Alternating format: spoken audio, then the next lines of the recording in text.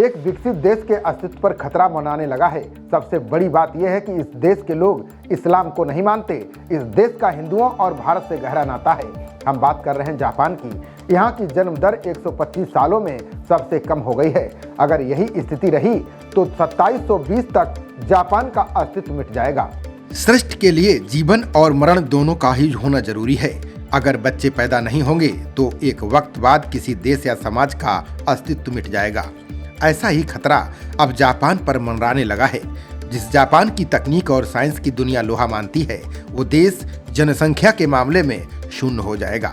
Japan में बौद्ध धर्म के मानने वाले लोग हैं। यहाँ के लोग इस्लाम को नहीं मानते। बता दें कि बौद्ध धर्म का नाता हिंदुओं और भारत से है। यहीं पर भगवान बुद्ध को ज्ञान की प्राप्ति हुई थी। जापान के स्वास्थ्य मंत्रालय ने अपने जनसंख्या आंकड़े जारी किए हैं। इसमें पता चला है कि 2024 में देश में विदेशी नागरिकों सहित सिर्फ 7,20,988 बच्चे पैदा हुए हैं।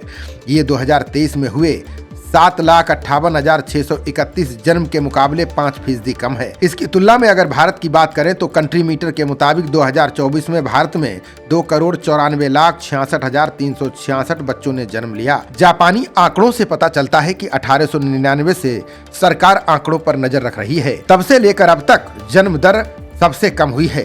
अब इसमें जापान में होने वाली मौतों की संख्या को भी जोड़ लीजिए तो ये एक बड़ी मुसीबत बन गई है। 2024 में देश में 16,18,684 मौतें दर्ज की गई हैं। ये पिछले साल के मुकाबले 1.8% अधिक है। इसका मतलब है कि जापान में बच्चे पैदा कम हो रहे हैं और लोग मर ज्यादा रहे हैं। इसकी वजह से आबादी में कमी आई है। जापान में लगभग 9 लाख लोगों की आबादी कम हुई है। यह एक और रिकॉर्ड आंकड़ा है।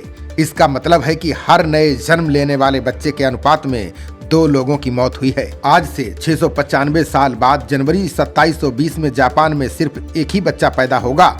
स्वास्थ्य मंत्रालय के इस चौंकाने वाले आंकड़े ने हर किसी को हैरान कर दिया है।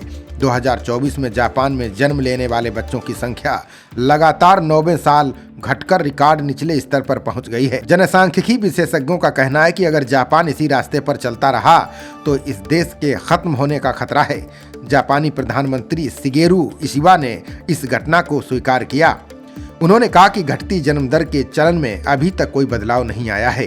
बता दें कि जनसंख्या के आंकड़े बताते हैं कि जापान की आबादी 2008 में अपने चरम पर 128 मिलियन तक पहुंच गई थी। तब से अब तक इसमें लगभग 50 लाख लोगों की कमी आई है। ये गिरावट जारी है। राष्ट्रीय जनसंख्या और सामाजिक सुरक्षा अनुसंधान संस्थान के अनुमानों में भी भविष्यवाणी की गई है। इन अनुमानों के अनुसार 2048 तक देश की जनसंख्या घटकर 100 मिलियन से कम और 2060 में 87 मिलियन रह जाएगी। दूसरे शब्दों में कहें तो आधी सदी से कुछ ज्यादा समय में देश की 1/3 आबादी यानी 40 मिलियन से ज्यादा लोग गायब हो जाएंगे। 695 साल में जापानी प्रजाति का नामो निशान मिट जाएगा, यानी जापान का अस्तित्व ही मिट जाएगा। विशेषज्ञों का कहना है कि इसके पीछे कम शादी होना है। जापान में बहुत सी महिलाओं का कहना है कि जिन पुरुषों के पास पक्की नौकरी नहीं होती, उन्हें शादी के लिए पसंद नहीं किया जाता है। जापान में पारंपरिक रूप से पुरुषों से कमाने की उम्मीद की जाती है। इसके चलते कम कमाई वाले पुरुष शादी को टाल देते हैं या पूरी तरह से छोड़ देते हैं। एक दिक्कत ये भी है कि महिलाओं को खुद भी अनियमित नौकरियां मिलती हैं। ऐसे में उनके लिए भी परिवार चलाना बड़ा मुश्किल होता है। शादियां बढ़ाने के लिए सरकार कदम उठा रही है। इनमें चाइल्ड केयर सुविधाओं का विस्तार और हाउसिंग सब्सिडी देना शामिल है। आंकड़े बताते हैं कि ये उपाय जापान को मदद नहीं कर रहे हैं। खबरों का सिलसिला जारी रहेगा। देखते रहिए जनप्रवाद। नमस्कार।